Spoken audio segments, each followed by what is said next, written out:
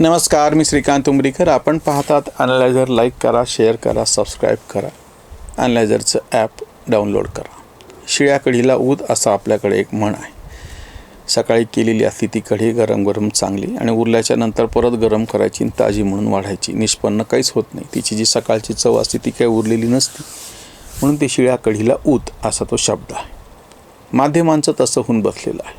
आत्ता विधान परिषदेच्या बातम्या सुरू झालेल्या आहेत. उमेदवारी अर्ज दाखल करायचा शेवटचा दिवस होता. पण प्रत्यक्षामध्ये जेव्हा सत्ताधाऱ्यांनी म्हणजे महायुतीने त्यांची 17 उमेदवारांची यादी जाहीर केली, 11 भाजपचे, 4 एकनाथ शिंदेच्या शिवसेनेचे आणि 2 राष्ट्रवादीचे.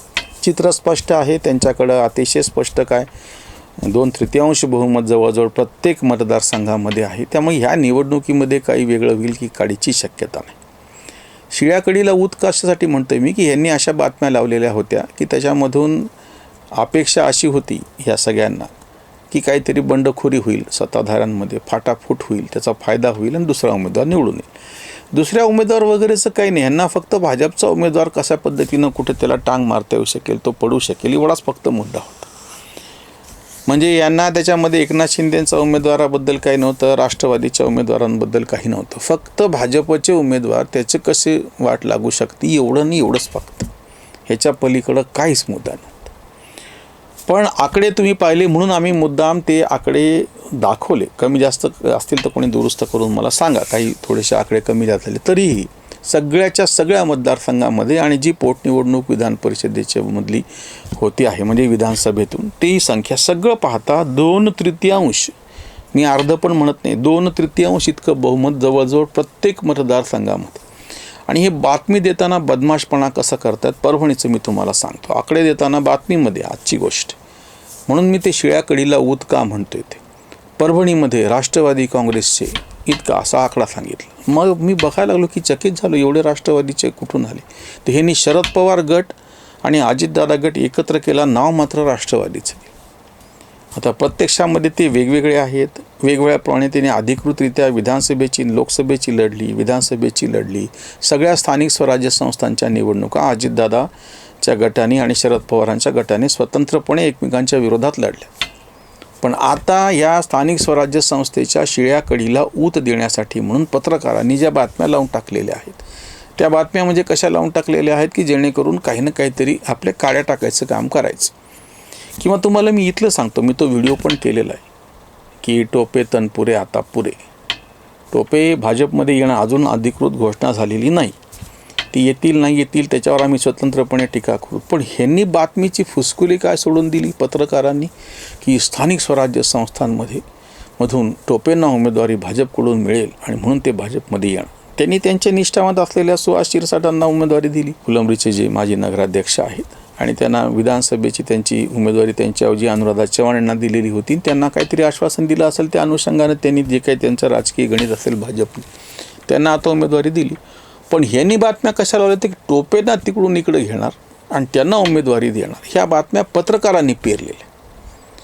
म्हणजे म्हणून म्हणलं की ते शिळ्या कढीला ऊत जो चाललेला आहे. आणि पत्रकारांची अडचण अशी होऊन बसलेली की जसं काही त्या ह्याच्या वतीनं ह्यांनाच निवडणूक लढवायची विरोधी पक्षांच्या वतीनं भाजपच्या विरोधामध्ये. ती फक्त भाजपच्याच विरोधात. त्याच्यामध्ये एकनाथ शिंदेंचा मुद्दा आता उरले नाही ना, अजित पवारांचा म्हणजे अजितदादांच्या गटाचा मुद्दा नाही उरला फारसा. आता शिंदेंना हे शिंदे म्हणायला लागलेत, मिंदे म्हणणं सोडून दिलेलं आहे. भाऊनी तो व्हिडिओ केलेला आहे, चांगला आहे, जरूर बघा. म्हणजे आता मिंदेवरून हे शिंदेवरती आले. 50 खोके एकदम ओकेवरून आता हे एकदम ओके झाले. आणि आता ह्यांना एकनाथ शिंदेंवरती कसा अन्याय होतो महायुतीमध्ये हे जाणवायला लागले. ह्यांनीच वाटलं तशा बातम्या लागल्या होत्या तेव्हा त्यांच्या संख्येपेक्षा जास्त 4 जागा त्यांना मिळालेल्या आहेत.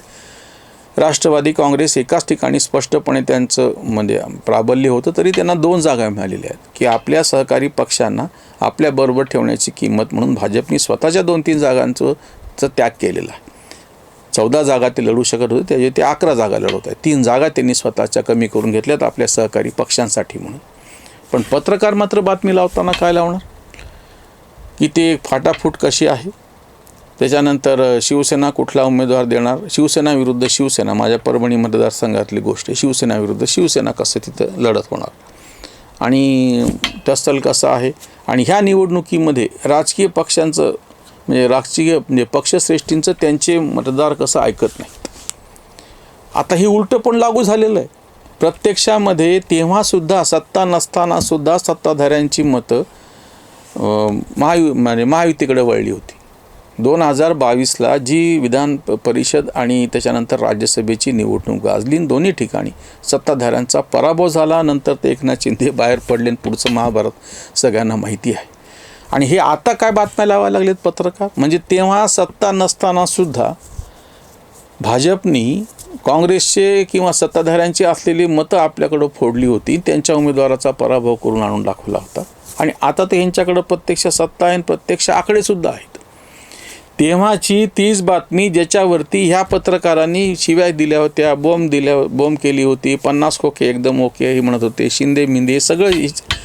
बाकी मी राजकीय लोक काय म्हणतात ते नाही सांगत, ते पत्रकार सांगायचे, पत्रकार तशा बातम्या लिहायचे. आता काय म्हणायला लागले असं की नाही हा उमेदवार विरोधकांचा आता फार एखाद्या वेळेस हे ठरू शकतो आणि सत्ताधाऱ्यांमध्ये जी धुसफूस चालू आहे सुरू झाली. प्रत्यक्षामध्ये धुसफूस असतेच प्रत्येक ठिकाणी, मुद्दा तो नाही. व्यावहारिक पातळीवरती जे सध्याचे सत्ताधारी आहेत त्यांनी चुकूनही त्यांचे मतभेद बाहेर येऊ दिलेले नाही. तशा अर्थाने कायमस्वरूपी आम्ही एक कसे आहोत बरोबर आहेत. किंवा अगदी मोदींचा 2024च्या निवडणुकीच्या पार्श्वभूमीवरती एक दौरा होता नाशिकला मला वाटतं, तेव्हा त्यांनी आवर्जून आपल्या डाव्या आणि उजव्या बाजूला एकनाथ शिंदे आणि दुसरीकडून अजित पवार यांना बरोबर घेतलेलं होतं. म्हणजे मोदींनी स्वतःची प्रतिमा महाराष्ट्रामध्ये आल्याच्या नंतर आपल्या मुख्यमंत्र्याला देवेंद्र फडणवीसला बरोबर घ्यायचं आणि फिरायचं. तेव्हा तर ते उपमुख्यमंत्री होते. असं न करता ते तर होतेच बरोबर, पण हे दोघं आवर्जून आपल्या आजूबाजूला असतील आणि फोटोमध्ये मोदींच्या बाजूला अजित पवार आणि त्याच्यानंतर एकनाथ शिंदे कसे आहेत ही कशी इमेज जायला पाहिजे, इतक्या पद्धतीनं त्यांनी ते सत्तेची गणितं जमून आणलेली आहेत.